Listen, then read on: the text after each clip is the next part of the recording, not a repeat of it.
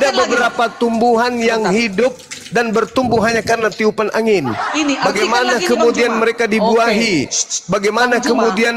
Bagaimana kemudian bunga itu bisa mekar karena tiupan angin? Anda nggak paham itu. Artikan ini dulu Bang Juma. Dengar ya. Apa? Mazmur. Tunggu ya. Mazmur. Mazmur berapa lagi? Mazmur Yesaya banyak ini, tunggu ya. Mazmur 61 ayat 1. Ini Raja Daud ini. Roh Tuhan Allah ada padaku. Jadi angin Allah ada padaku. Macam mana Bang Juma ini? Iya, apa masalahnya? Roh Tuhan Allah ada padaku. Oleh karena Tuhan telah menguras aku. Ia telah mengutus aku untuk menyampaikan sama yang di dalam kitab orang-orang Ayub, Bu. sengsara dan merawat orang-orang yang remuk Sama hati. di dalam kitab Ayub, Bu Darni. Sama di dalam kitab Ayub 27 nomor 3. Di situ tertulis apa? Selama napasku masih ada padaku dan ruah Elohim masih di dalam lubang hidungku. Angin itu. Dengarkan dulu, ini lagi. Dengar. Apa lagi? Yehezkiel 37 ayat 14. Ini Yehezkiel Nabi ini Bang Juma. Aku akan memberikan rohku kepada dalammu sehingga kamu hidup. 37 ayat 14. Kayak mana angin membuat hidup? Aku akan memberikan rohku. Angin itu oksigen, Bu Darni.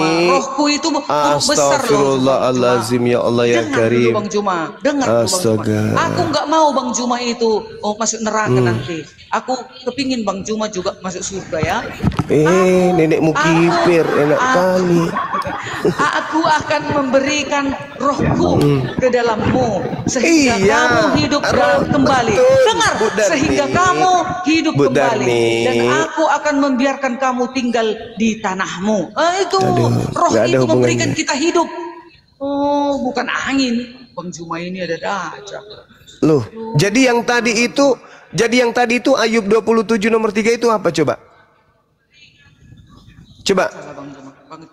Selama napasku masih ada padaku dan ruah Elohim masih di dalam lubang hidungku.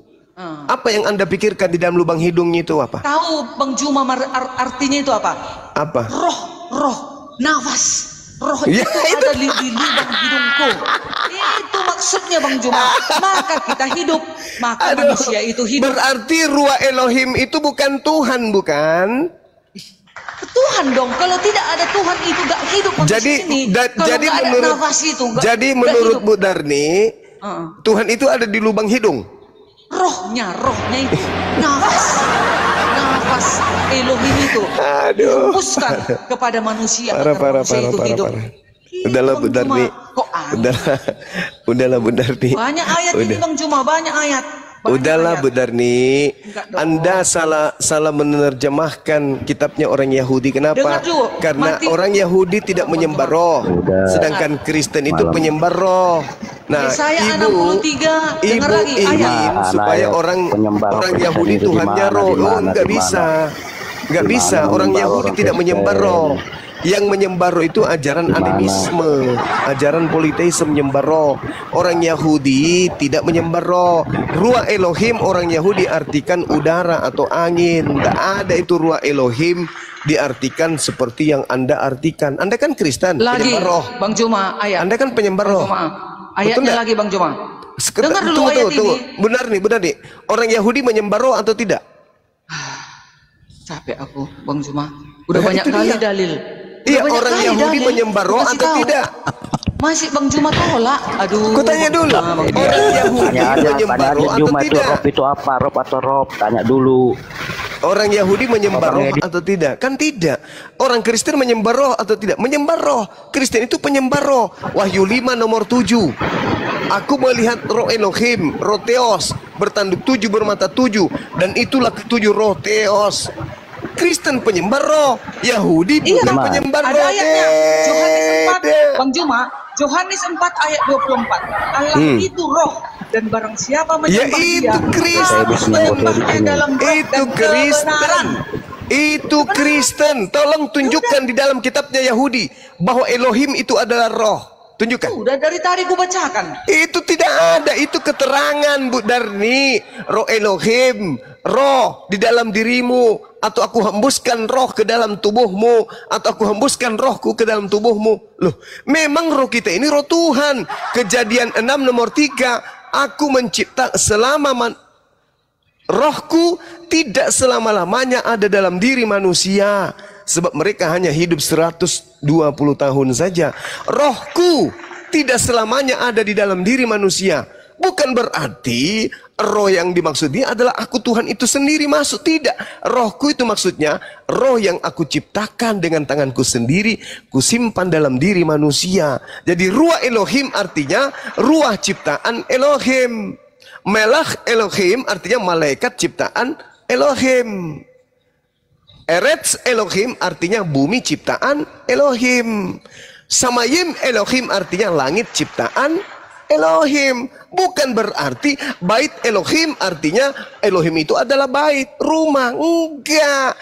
Berarti roh Elohim artinya sama seperti ruah Elohim, sama seperti bait Elohim.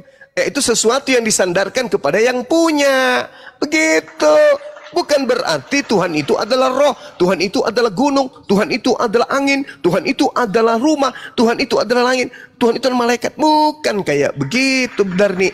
Jadi artikanlah kitabnya Yahudi sesuai dengan apa yang orang Yahudi artikan. Jangan Anda mentang-mentang Anda nyembah roh, kitabnya orang Yahudi Anda diartikan semua bahwa Tuhannya Yahudi roh.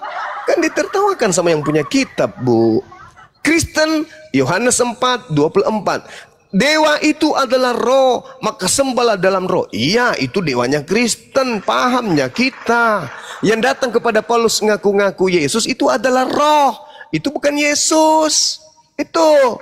Kalau Yesus itu manusia. Lagi, Bang Cuma, lagi dalil. Zakaria 4 ayat 6. Maka berbicaralah ia. Zakaria. Makanya nggak ada kitab kalian kan? Zakaria nggak ada, itu kitabnya Yahudi. Mazmur nggak ada. Itu kitabnya Yahudi, Bu Darni.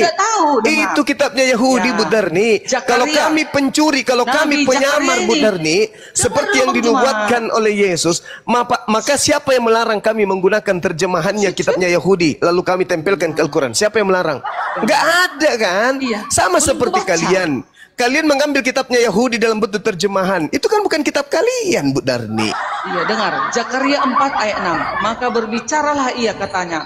Inilah firman Tuhan kepada Zerubabel, bunyinya. Bukan dengan keperkasaan dan bukan dengan kekuatan, melainkan dengan rohku. Nah itu Tuhan semesta alam. Itu rohnya. Jadi dengan angin, firman semesta alam, gitu. Aduh, Bu Darni, tidak semuanya roh itu angin, tergantung konteks. Tapi meskipun tergantung konteks, tidak ada dalilnya Elohim itu adalah roh. Iblis itu roh, itu baru betul. Tapi kalau Tuhannya orang Yahudi bukan roh. Ngerti nggak Ibu? Roh itu adalah makhluk. Tuhannya Yahudi bukan makhluk. Tuhannya Kristen makhluk memang. Itu roh. Tidak semua kata roh di dalam kitabnya Yahudi itu artinya makhluk berupa roh. Bukan. Roh kadang angin. Sama seperti di Al-Quran. Al-Quran roh itu bisa diartikan Al-Quran.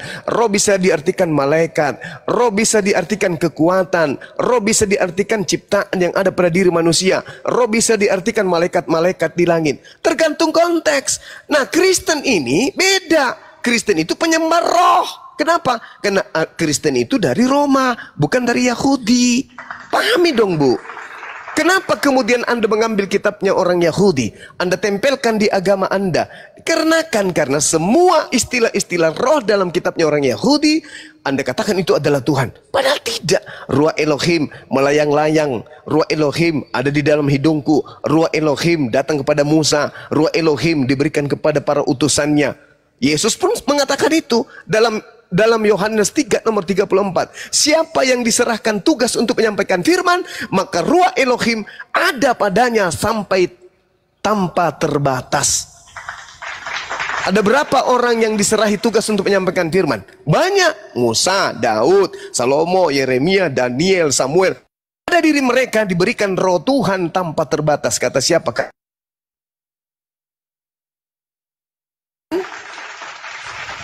Jadi Kristen Kristen berbeda. Kristen ini sekte di luar Yahudi, penyembah roh. Yahudi tidak menyembah roh. Beda. Jangan Anda gunakan Yahudi untuk menjual Tuhan Anda yang adalah roh, makhluk halus. Jangan, Bu Darni. Beda itu. Coba tanya kepada orang Yahudi. Saudaraku Yahudi, ya paman, apakah Elohim itu adalah roh? Ketawa mereka. Loh, roh itu kan makhluk halus. Gimana pula kau katakan Tuhanku yang mengutus Abraham, Ishak dan Yakub, kau katakan roh? Roh itu hantu, roh itu setan. Bagaimana mungkin Tuhan saya roh? Tuhanku pencipta roh. Kejadian 6 nomor 3, Zakaria 12 nomor 1. Akulah yang menciptakan roh dalam tubuh manusia. Bang Juma, gitu Bu Darni. dalil lagi. Bilangan 16 ayat 22. Tetapi sujudlah mereka berdua dan berkata, ya Allah, Allah dari roh segala makhluk. Satu orang saja berdosa. Masakan engkau murka terhadap segenap perkumpulan ini? Bilangan ini kitab Musa, Bang Juma. Iya, betul. Coba Anda teliti lagi. Ya. Coba Anda teliti lagi bacanya. Coba Anda Makanya teliti Allah lagi. kami itu Allah yang hidup. Yang hidup kekal. Gitu. Astagfirullahaladzim, ya Allah ya Karim. Benar nih. Tuhan makanya Anda nanti kami itu orang roh. Kristen, Bang Juma, nanti makanya kami orang Kristen, setelah kami nanti dibawa ke surga, maka kami akan melihat Tuhan kami itu. Itulah Yesus. Aduh, nanti mimpi. wujudnya itu Yesus. Mimpi. Itulah Tidak ajaran ada kami. pengikut Paulus yang akan ke surga. Nggak ada dalilnya. Siapa bilang? Ada. Mana dalilnya? Roma 8 ayat 1. Di dalam Yesus tidak ada penghukuman atasnya. Nah itu. Kata siapa? Roma.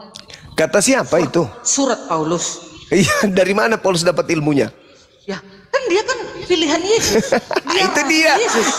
Di situ masalahnya. Ya, Yesus tidak pernah mengenal Paulus. Yang Kami mengenal bangga. Paulus itu adalah Yesus KW yang datang kepada Paulus dengan itu yang datang terserah. kepada Bani Itu Israel. kan Itu berbeda. pendapat Oh, tidak bisa. Bang Juma. Tidak bisa. Pendapat di Bu luar Darni. dari yang beriman kepada Injil. Sekarang kutanya, Gitu ya. kutanya sama Maria. Maria, ya paman, yang kau lahirkan manusia atau bukan? Manusia. Tuhan, sudah jelas Tuhan, malaikat berkata kepadanya dari Roh Kudus.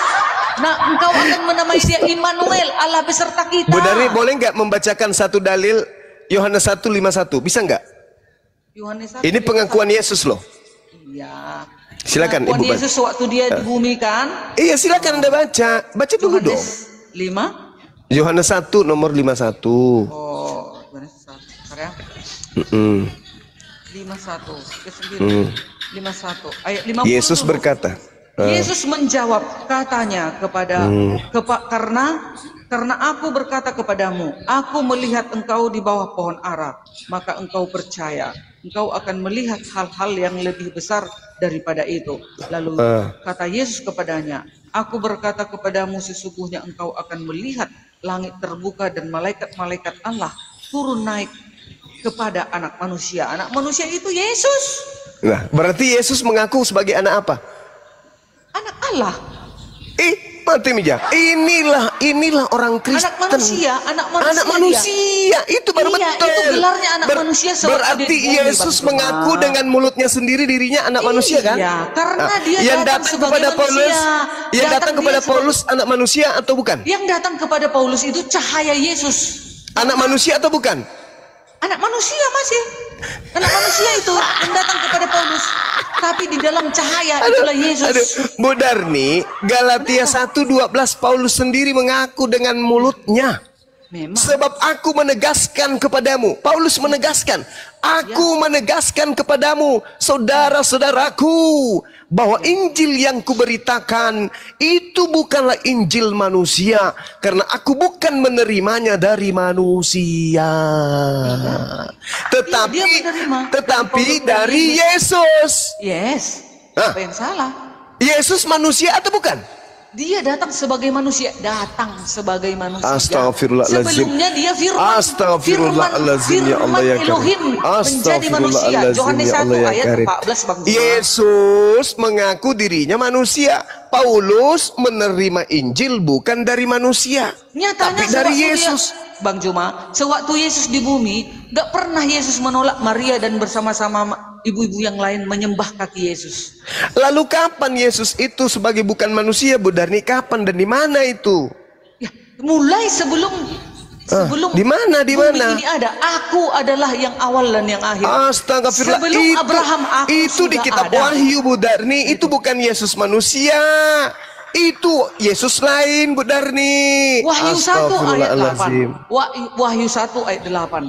Aku adalah yang awal dan yang akhir. Iya, itu bukan Yesus, Bu Darni. Astagfirullahaladzim. Emangnya Bang Juma, emangnya Allah mau akan datang, Bang Juma? Astagfirullah. Akan datangkah Allah? Bu Darni, Bu Darni, kutanya dulu sama Bu Darni. Yesus berkata sebelum dia terangkat ke langit. Ingat ya, kitab Wahyu itu ditulis di Patmos tahun 100. Yesus di tahun 33 mengatakan, segala firman yang engkau berikan telah aku sampaikan kepada mereka. Pertanyaan saya, di tahun 33, apakah kitab Wahyu itu sudah ada atau belum? Ya, itu tetap firman kan? Bukan begitu, Bu Darni, ini iblisnya terlalu kencang. Iblisnya terlalu kencang, ibu ini. Gajinya Bu Darni dari iblis besar kali ini. Kutanya sama Bu Darni, Yohanes 17:8, segala firman yang engkau berikan. Yohanes 17:8, segala firman yang engkau berikan telah aku sampaikan kepada mereka. Pertanyaan saya, apakah kitab Wahyu sudah ada pada saat itu? Ya, memang pada saat itu ya belum ada lah. Belum ada. Segala firman, segala firman yang kau berikan kepadaku telah aku sampaikan kepada mereka. Emangnya salah Wahyu tidak ada. Salah rupanya Tuhan menunjukkan segala sorga itu kepada Yohanes di Pulau segala Patmos. segala firman yang Tuhan berikan kepadaku telah aku sampaikan. Ada enggak kitab Wahyu? Tidak ada. Berarti firman yang di kitab Wahyu ini firman dari mana? Itu firman dari para rasul dong. Dari mana firman ini yang di Pulau Patmos ini dari mana? Kan Yohanes itu diperlihatkan Allah segala Bu Darni, Yohanes hidup bersama dengan Yesus hanya sampai usia 33 tahun, Bu Darni. Diperlihatkan Allah. Mari kita jujur. Mari kita jujur. Dan segala firman yang Yesus terima dari Tuhan telah Yesus sampaikan pada saat itu juga, yaitu tahun 33. Kitab Wahyu ditulis tahun 100. Itu siapa yang berfirman di situ? Siapa? Kan diberikan penglihatan kepada Yohanes Pembaptis. Siapa yang berfirman kepada penulis kitab Wahyu? Siapa? Diberikan segala kuasa penglihatan di dalam mimpi kepada Yohanes. Maka Yohanes mengetahui bahwasanya begini loh keadaan surga itu. Ditunjukkan Allah kepada dia. Ditunjukkan Yesus kepada siapa? Kepada Kenapa Yesus menubuatkan akan datangnya Yesus palsu? Kenapa? Karena Yesus palsu. Iya, Yesus menubuatkan adanya Yesus palsu. Cuma dibilangnya nanti ke akhir zaman, kalau aku ada di sana, jangan kau percaya. Bukan akhir zaman itu. Akan menyambar kilat dari timur ke barat. Salah, benar. Itu bukan akhir zaman. Itu bukan akhir zaman itu. Itu bercerita tentang bukan. Coba Anda baca lengkap, Bu Arni. Baca lengkap. Di Matius 24 itu kan tertulis. Itu bukan bercerita tentang akhir zaman, Bu. Itu bercerita tentang di mana Yesus berkata sama dengan yang ada dalam Lukas 21. Waspadalah kepada penyesat yang datang kepadamu dengan memakai nama Yesus dan berkata, akulah Yesus, waktunya sudah dekat, jangan kamu percaya. Ini ucapan Yesus kepada muridnya Bani Israel. Berarti penyesatnya itu datangnya kepada Bani Israel. Di dalam Matius 24, waspadalah supaya jangan ada orang yang menyesatkan kamu. Sebab banyak orang akan datang dengan memakai namaku dan berkata, akulah Mesias. Dan mereka akan menyesatkan banyak orang. Ini ucapan Yesus kepada Bani Israel. Pertanyaannya, apakah ada orang yang datang kepada orang pada angkatan Yesus mengaku Yesus, padahal Yesus sudah tak ada di bumi? Dan apakah Yesus yang datang kepada orang tersebut menyesatkan banyak orang? Orang yang banyak disesatkan itu apa nama kelompoknya? Yang membawa-bawa nama Yesus. Memang kalau ada orang melihat Yesus dan dia menyampaikan pekabaran-pekabaran di luar dari hukum-hukumnya itu penyesat. Nah, itulah yang terjadi kepada Paulus. Enggak ada di perintah-perintahnya Paulus. Paulus itu tetap di dalam pengajarannya. Astagfirullahaladzim. Hukum Taurat menuntun Ya bagi Allah, kamu ya sampai Yesus datang, kata Paulus. Ya Allah ya Karim. Aduh, itu Gimana? Gak ada Paulus penyesat. Ibu mengerti nggak kata penyesat itu? Yang namanya penyesat, lihai, licik, cerdik, mengolah sesuatu data. Nah, sekarang Yesus berkata, waspadalah kepada penyesat yang datang kepadamu dengan memakai namaku. Berarti penyesat itu mengaku Yesus dan berkata, akulah dia. Penyesat itu berkata, akulah Yesus. Waktunya sudah dekat, jangan kau percaya. Nah, kemudian tidak lama kemudian muncul oknum yang mengaku Yesus, padahal Yesus sudah terangkat ke langit. Ini tergenapi nubuatan Yesus, menyesatkan banyak orang. Pengikut Yesus palsu yang datang di tahun 52 kepada Paulus, itu pengikutnya namanya Kristen.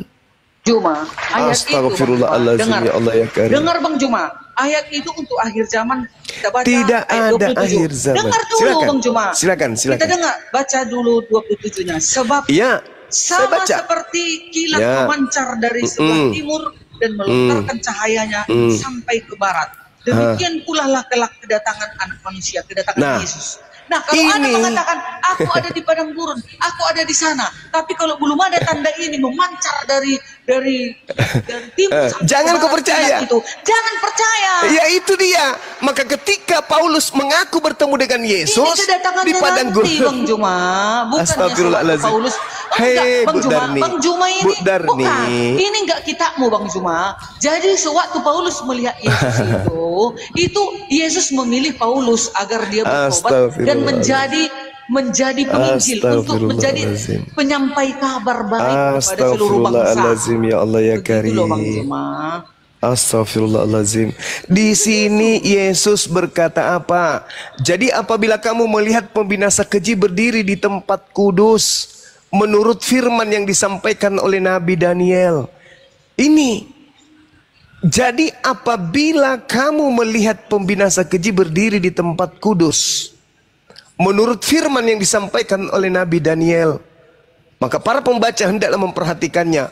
Maka orang-orang yang di Yudea harus melarikan diri ke pegunungan. Yudea masih ada nggak sampai sekarang, Bu Darni? Ada nggak Yudea? Adalah Yudea. Di mana Yudea itu, Bu Darni? Di Bani Israel sana lah. Di wilayah di Israel sana. Iya, di mana itu Yudea?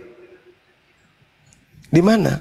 Di wilayah Bani Israel sana, Bang Juma. Nah, ini tahu Bang Juma, tunggu. Tahu Bang Juma arti ayat ini, Bang Juma? Tahu Bang Juma arti ayat ini? Ini panjang kali nanti untuk menceritakannya. Saya paham kali. Larilah, saya ngerti. Tinggalkanlah perkotaan. Yang ngerti kali. Larilah ke kota-kota. Maksudnya itulah yang kuceritakan pernah sama Bang Juma. Nanti kelak kita ini akan dipaksa untuk memasukkan chip. Nah, kalau kita di kota ini, nanti kita dimasukkan ke tubuh kita ini. Dari rumahnya. Iya, dengar dan dulu. Orang yang sedang dengar sabar, saya bacakan, saya bantu baca. Celakalah ibu-ibu yang sedang hamil atau yang menyusui bayi pada masa itu. Berdoa supaya waktu kamu melarikan diri itu jangan jatuh pada musim dingin dan jangan pada hari Sabat. Sebab pada masa itu akan terjadi siksaan yang dahsyat seperti yang belum pernah terjadi sejak awal dunia sampai sekarang dan tidak akan terjadi lagi. Dan sekiranya waktu itu tidak disingkat, maka dari segala yang hidup tidak akan ada yang selamat. Akan tetapi oleh karena orang-orang pilihan waktu itu akan dipersingkat. Pada waktu itu, jika ada orang berkata kepada kamu, lihat Mesias ada di sini, ada Mesias ada di sana, jangan kau percaya. Ini kejadian terjadi di Yudea. Oke? Terjadi di Yudea tapi ini. Tapi itu nanti untuk akhir zaman itu, Bang Juma. Astagfirullahaladzim. Ini bukan akhir zaman. Orang tunggu dulu, Bang Juma. Nanti ini udah ya pernah Allah, kami diseminarkan ini, Bang Juma. Nanti katanya, larilah ke Yudea, larilah ke perbukitan. Di sana engkau bercocok tanam, kan katanya Bang Juma. Nanti kelak kita ini umat manusia ini, sekuat tenaga pun kita untuk beribadah, membaca Alkitab, membaca firman Tuhan kalau kita tidak tahu, tidak ada Roh Kudus kepada kita. Dan sekarang kita tidak tahu pemandangan, penglihatan seperti itu. Tunggu dulu Bang Juma, dengarkan dulu aku. Nanti kita Bang Juma, suatu waktu kita akan dipaksakan untuk menerima tanda itu. Siapa yang nggak menerima itu, maka dikatakan larilah, tinggalkan perkotaan. Jadi kita disuruh untuk berada di perbukitan. Di sanalah kita bercocok tanam. Kalau kita ditinggal di kota ini, wajib kita memakai itu. Jadi sekuat tenaga apapun kau Bang Juma belajar Al-Quran, belajar ngapain Alkitab. Ibu lari? Itu terjadi di Yudea, ibu di Indonesia. Astagfirullahaladzim, ya Allah ya Karim. Bang Juma nanti menerima itu di Yudea, bukan di Indonesia. Kenapa di mute aku Bang Ali? Astagfirullah, ya Allah ya Karim. Tapi itulah yang aku pelajari Bang Juma. Itu di Yudea Bu Darni, bukan di Indonesia. Nanti kelak juga itu juga nubuatan Bang Juma, nubuatan Yesus Bang Juma. Nanti kau percaya ya Bang Juma, ya nanti Karim. kau ingatlah aku Bang Juma, suatu waktu nanti Bang Juma mengingat aku nanti. Betul ya kata Bu Darni, nanti nggak ada dipaksakan. Ini bukan tanah Yudea Bu Darni. Sekarang saya tanya sama Bu Darni, sekarang saya tanya sama Bu Darni, apakah terjadi huru hara ketika murid Yesus pada saat bersama dengan Paulus? Kutanya dulu. Ya terjadi di mana-mana ada terjadi kan? Gimana sih Bang Juma ini? Bahkan dikatakan dalam Kisah Para Rasul 22 nomor 4, dan aku telah menganiaya pengikut-pengikut jalan Tuhan sampai mereka mati, laki-laki dan perempuan ku tangkap dan kuserahkan ke dalam penjara. Inilah yang Yesus nubuatkan. Jangan akhir zaman. Paulus itu pembawa huru hara di tengah-tengah murid Yesus. Astagfirullah. Astagfirullahaladzim. Ya Allah ya Karim. Ampunilah Bang Juma telah mengatakan Rasul Paulus. Bu Darni coba gantian sama Bang Ranto. Bu Darni, Bang Ranto nih. Susah memang kalau iblis sudah bersarang di otak. Inilah yang terjadi. Dalil pun dibantah. Paulus itu melakukan huru hara, menangkap murid-murid Yesus, membunuh orang-orang yang ada pada zaman itu. Laki-laki dan perempuan kutangkap dan kuserahkan ke dalam penjara. Sebelum bertobat Bang Juma. Justru itu Bu Darni. Astagfirullahaladzim, ya Allah ya Karim. Setelah Paulus itu bertobat, kan sudah dikatakan nih, apabila kamu melihat pembinasa keji berdiri di tempat suci. Siapa pembinasa keji? Paulus. Setelah dia membunuh, dia berdiri di tempat suci dengan mengatakan, aku rasul. Makanya dikatakan di data nomor 23-nya, pada waktu itu, nah coba ditunjuk langsung oleh Yesus. Pada waktu itu jika ada orang berkata kepadamu, lihat Yesus ada di sini atau Yesus ada di sana, jangan kau percaya. Sebab Yesus palsu dan nabi-nabi palsu akan muncul, dan mereka akan mengadakan tanda-tanda yang dahsyat dan mukjizat-mukjizat, sehingga sekiranya mungkin mereka menyesatkan orang-orang pilihan juga. Camkanlah, aku telah mengatakannya terlebih dahulu kepadamu. Jadi apabila ada orang berkata kepadamu, lihat ada Yesus di padang gurun, Paulus, jangan kau pergi ke situ. Atau lihat ada Yesus dalam bilik, Paulus, jangan kau percaya. Paulus itu mengatakan bahwa dia ada di aule. Apa? Paulusnya ada di dalam aule. Oke? Paulusnya mengatakan itu di dalam bilik penjara. Paulus mengaku bertemu dengan Yesus dalam bilik penjara. Ketika dia ke Damsyik di padang gurun, dia mengaku bertemu dengan Yesus. Apa kata Yesus kemudian? Sebab, nah ini dia mengklarifikasi semua pengakuan-pengakuan orang yang bertemu dengan aku. Apabila ada orang berkata begini, bertemu dengan Yesus di sana, di sini, jangan kau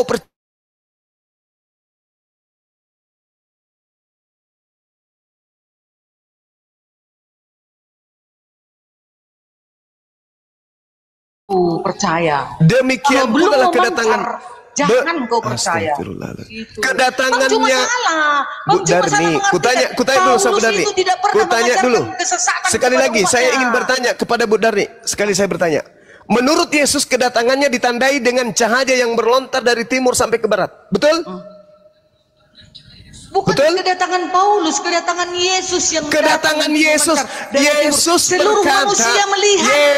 Yesus berkata, semua manusia melihat.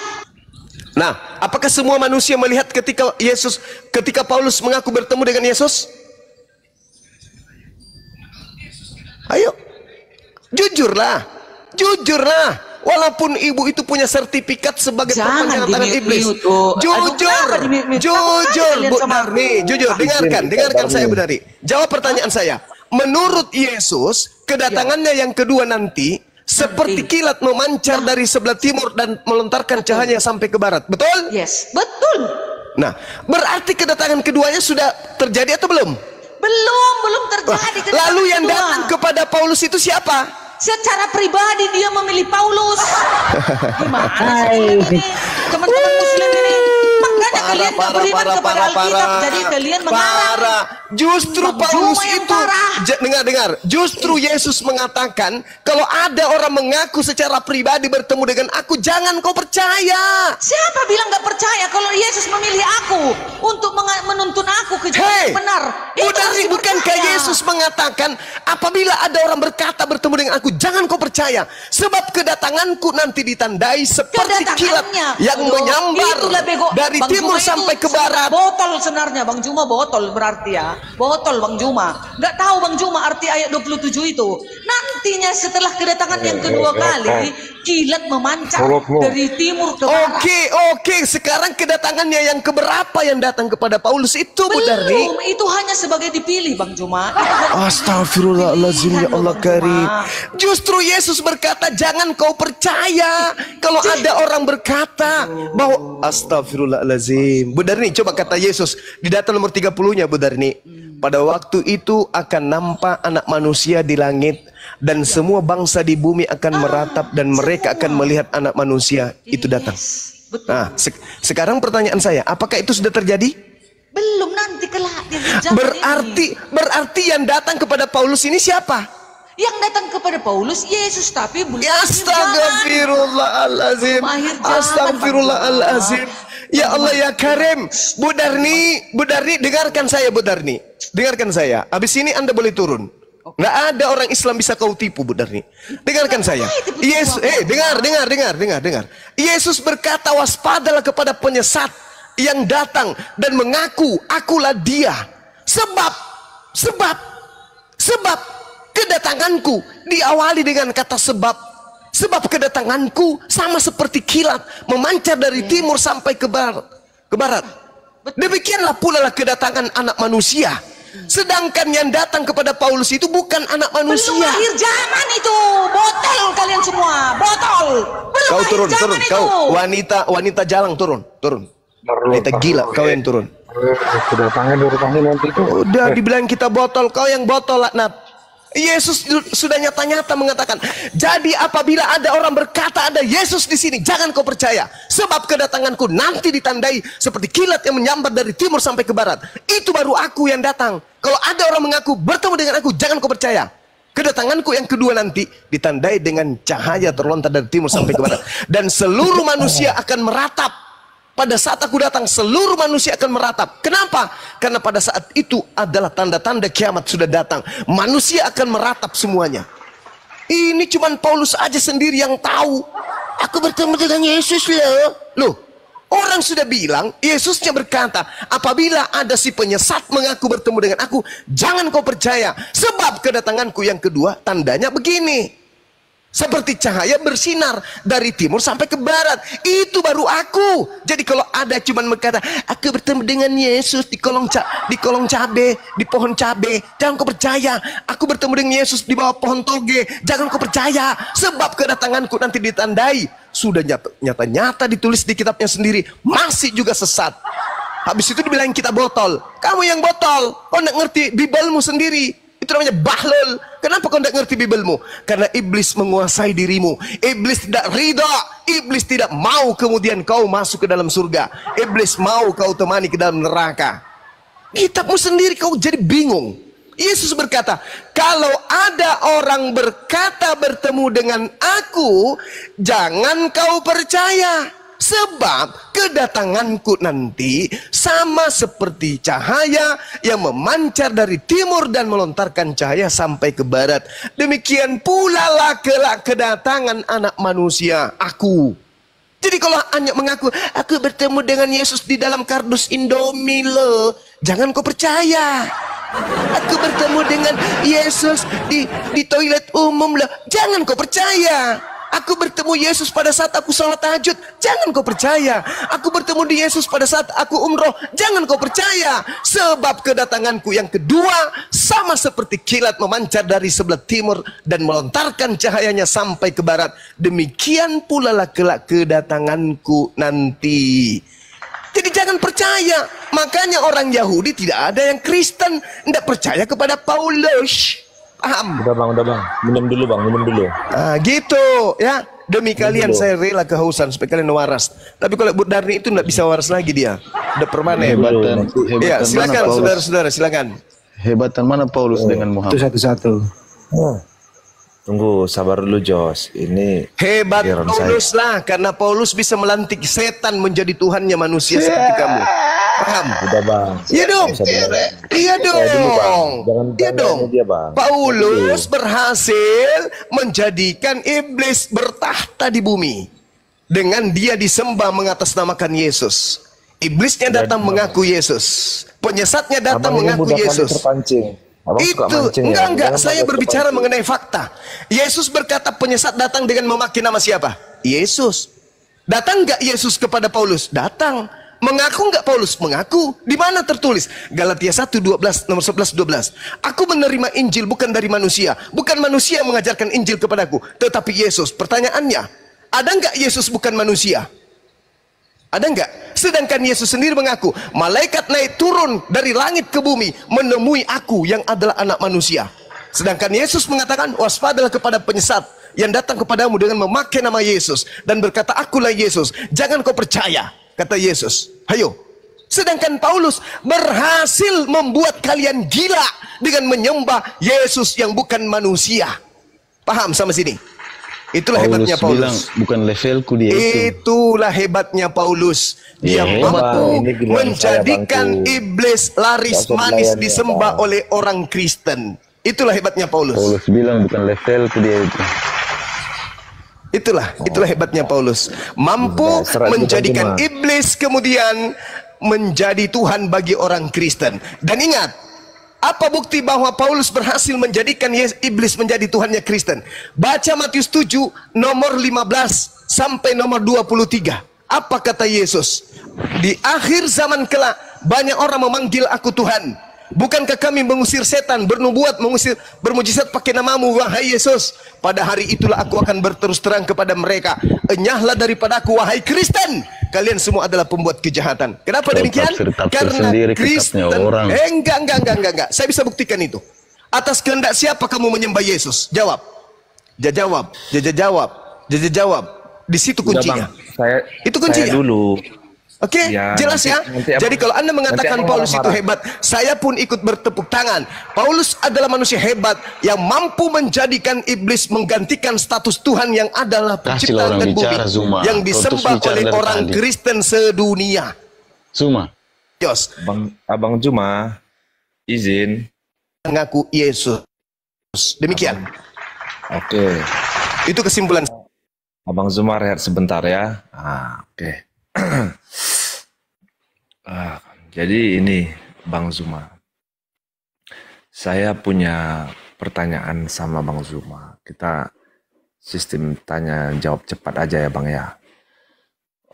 Sebagai orang yang meyakini ataupun orang yang bermeluk agama Islam, apakah di dalam agama Islam ataupun Abang Zuma sendiri meyakini bahwasanya seorang Paulus itu adalah utusan atau bukan? Silakan Abang. Paulus itu utusan iblis. Udah jelas aku jawab tadi kan.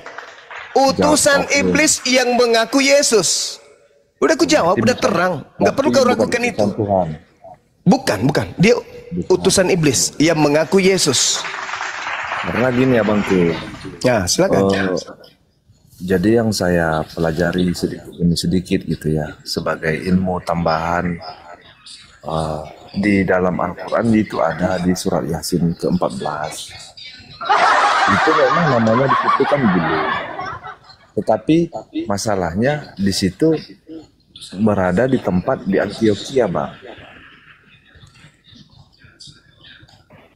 Sementara yang mengajarkan berita kebaikan, berita baik di Antioquia itu hanya Paulus, baru Simon Petrus dan Yohanes.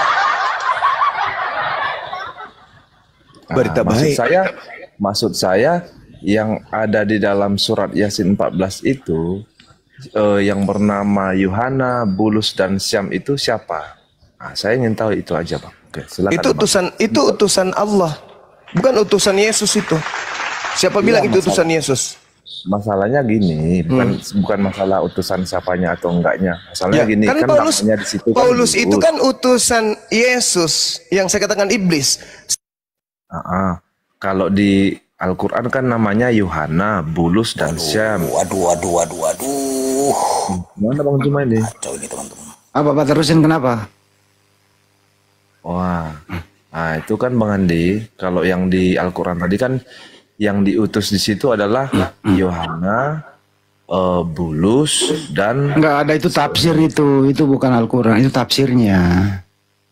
enggak loh Bang, itu surat Yasin 14 loh Bang. Coba buka. Ramon, lu diam dulu kan satu-satu lo. Lu punya etika nggak? Orang lagi ngomong lo. Saya buka Bang ya. Ya berapa? Nomor 14 Bang. Apa itu? Ini sebentar saya buka bentar.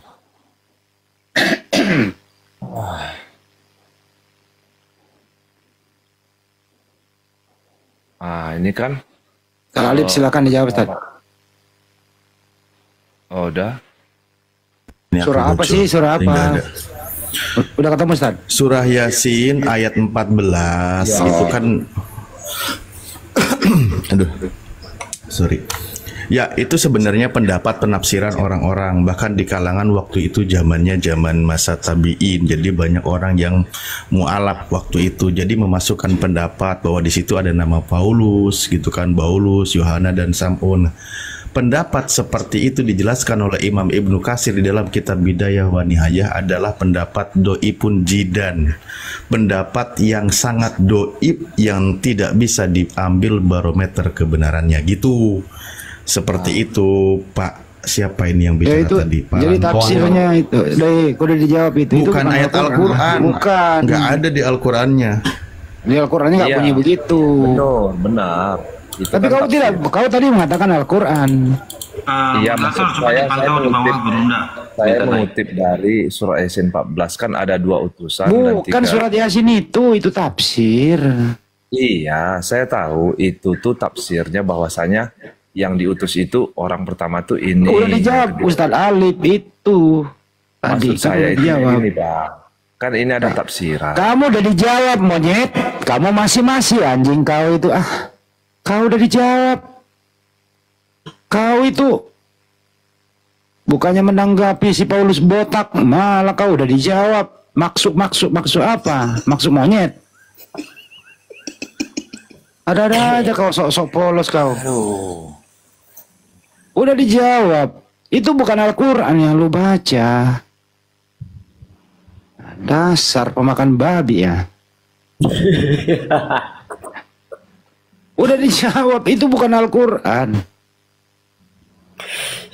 Paulus baik mungkin itu tentang dulu, itu tadi tafsir yang tidak bisa kita pegang karena udah pendapat pribadi tadi. Udah Ustaz Ali udah menjawab loh. Langsung dijawab lagi, menurut saya, menurut babi itu kau.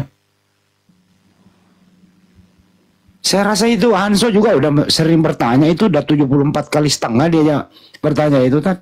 Itu aja melulu. Sedangkan pertanyaan menyumbang nggak ada yang bisa menjawab. Mana silsilah Paulus itu?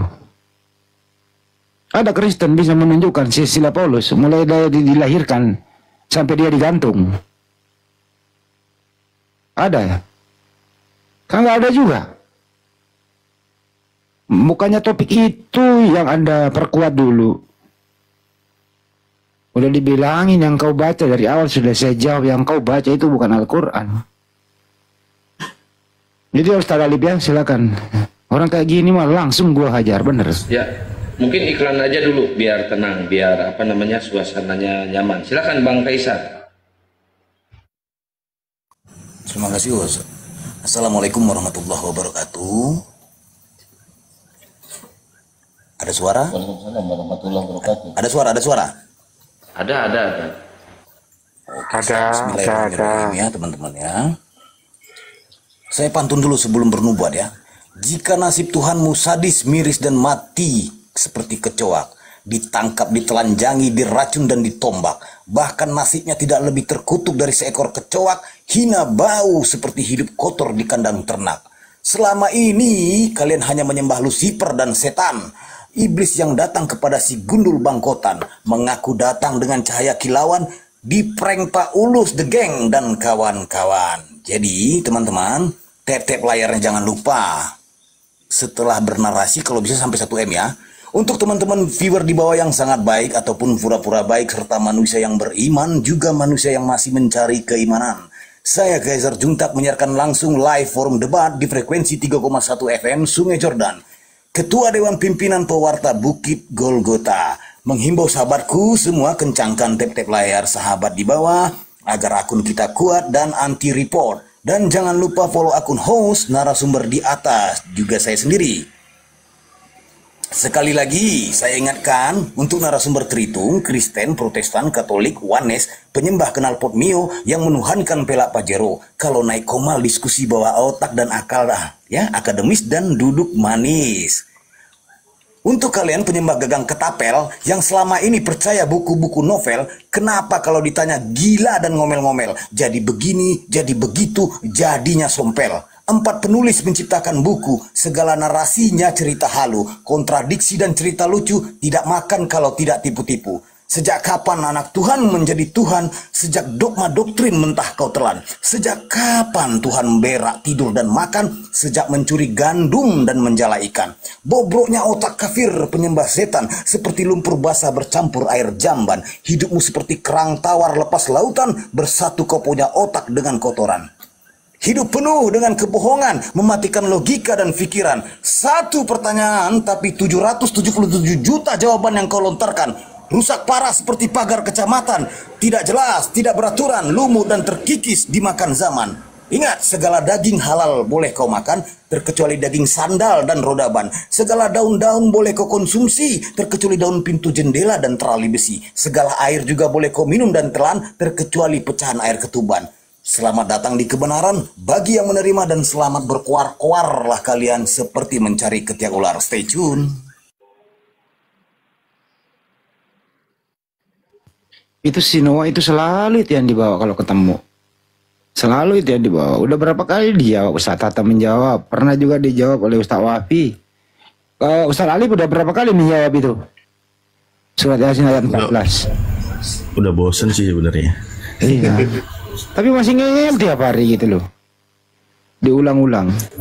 Cuma gini Bang Andi, konsekuensinya kalau mereka mau memaksakan itu adalah untuk Paulus, maka mereka harus percaya bahwa Paulus itu adalah orang yang tidak menuhankan Nabi Isa.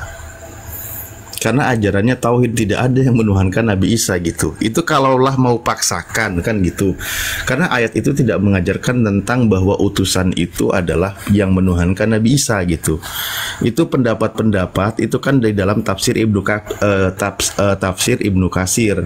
Di mana tafsir Ibnu Katsir itu ketika membahas satu ayat membuat sebuah riwayat, ketika riwayat itu tersiar di tengah mereka gitu loh. Ada pendapat ini menyebutkan nama ini. Dan pendapat-pendapat itu diperjelas lagi oleh Imam Ibnu Katsir dalam kitabnya Al-Bidayah wa Nihayah, bahwa pendapat-pendapat ini adalah sangat lemah. Artinya doi pun jidan itu tidak bisa dijadikan sebagai patokan gitu. Gurunda, assalamualaikum warahmatullahi wabarakatuh. Waalaikumsalam warahmatullahi wabarakatuh. Apa yang sakit, Dinda? Akulah Yesus yang kau aniaya. Bangkit kembali. Berapa aku sudah jahitan itu? menerima 38 akun. Berapa jahitan itu kena tembak? Berapa jahitan? 3 jahitan. Jadi begini ya, saudara-saudara Kristen, dengarkan ya. Terkait dengan surah Yasin, itu jawabannya ada di ayat 29. Allah Subhanahu wa taala kemudian menjelaskan, A'udzubillahi minasyaitonirrajim. In kanat illa sayhatan wahidah fa idzahum khamidun. Tidak ada siksaan terhadap mereka melainkan dengan satu teriakan saja, maka seketika itu mereka mati semuanya. Sekarang pertanyaan saya, di Antioquia pada zaman Paulus ada di sana, apakah ada kemudian diberitakan mati sekampung di sana atau se-Antioquia? Ada enggak? Ada enggak? Ada enggak? Enggak ada kan? Remon, jawab tuh Remon. Si Buan jawab. Enggak ada. Berarti bukan Paulus yang dimaksud di situ. Itu hanya tafsir. Itu pun dikatakan daif jiddan. Apa itu daif jiddan? Mendekati maudu. Mendekati riwayat palsu. Gitu cara belajarnya. Oke, lanjut. Guru-guru yang ada di sini, silakan, saya cas HP dulu. Guru ndak izin ya, saya kecilin Guru ndak biar nggak kena. Iya, silakan.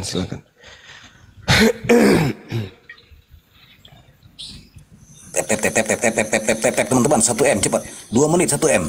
Saya curiga ya, tombak yang dipakai ini tulang ikan yang dimakan Yesus ini yang pakai tombak.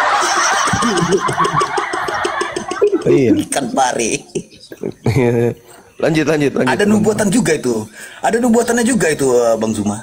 Iya, silakan. Gimana nubuatannya? Iya benar ya. Ya teman-teman ya. Tuhan kok ditumpuk jadi 3 seperti kue lapis legit yang basah. Kalau kalian juga masih memaksa seperti lawakan si lambe tura. Dari dulu sampai sekarang kalian tidak bisa menundukkan Tuhan. Seperti Metro Mini Kopaja berjalan dari kenaikan sampai keturunan tidak ada kedudukan. Pada bulannya adalah makan ikan goreng dimasak di gongseng. Setelah dimakan kepala oleng, tidak lebih seperti koreng yang beleng-beleng. Stay tune. Kasih nama rahasia atau rahasia boleh. Man rasa tengi lah kok. Masih say desi segar. Mana aja. Ya ring apa je otak nanti lu balik puan nah ke masih mati 1 ada 2 cadangan parah. Tuhan bertumpuk 3 kayak kue lapis.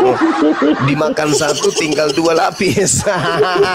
Masuk lain generasi cakuri di otak pun kita masih bau aku mete. Host, nggak apa-apa saya diturunin host biar naik itu Oten. Saya turun host. Nggak usah, kita istirahat aja dulu, iklan aja dulu.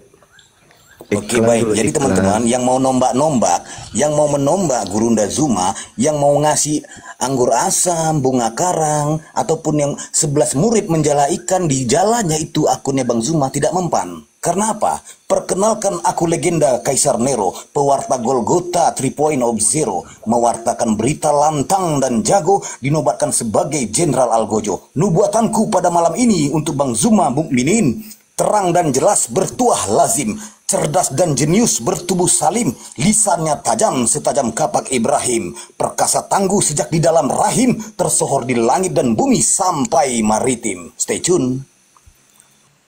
Keren sekali, Masya Allah. Hai, tapi sekeren-kerennya sahabat kita Kaisar ini, lebih keren tetangga kita. Iya kan? Tuhan mati 1, tinggallah 2. Ya kan? Ada cadangan. Tuhan kita cuma 1, mereka 3. Allahu Akbar, Masya Allah. Keren.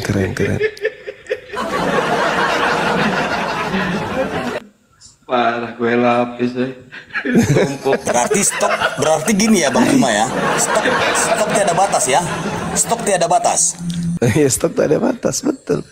Pada saat dia ditombak, itu dari sisi manusianya, bukan keilahiannya. Wah, nggak bisa mati dia, nggak bisa. Pokoknya nggak ada.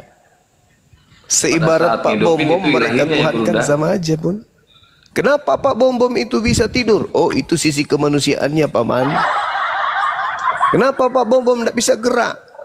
Itu karena sisi kemanusiaannya.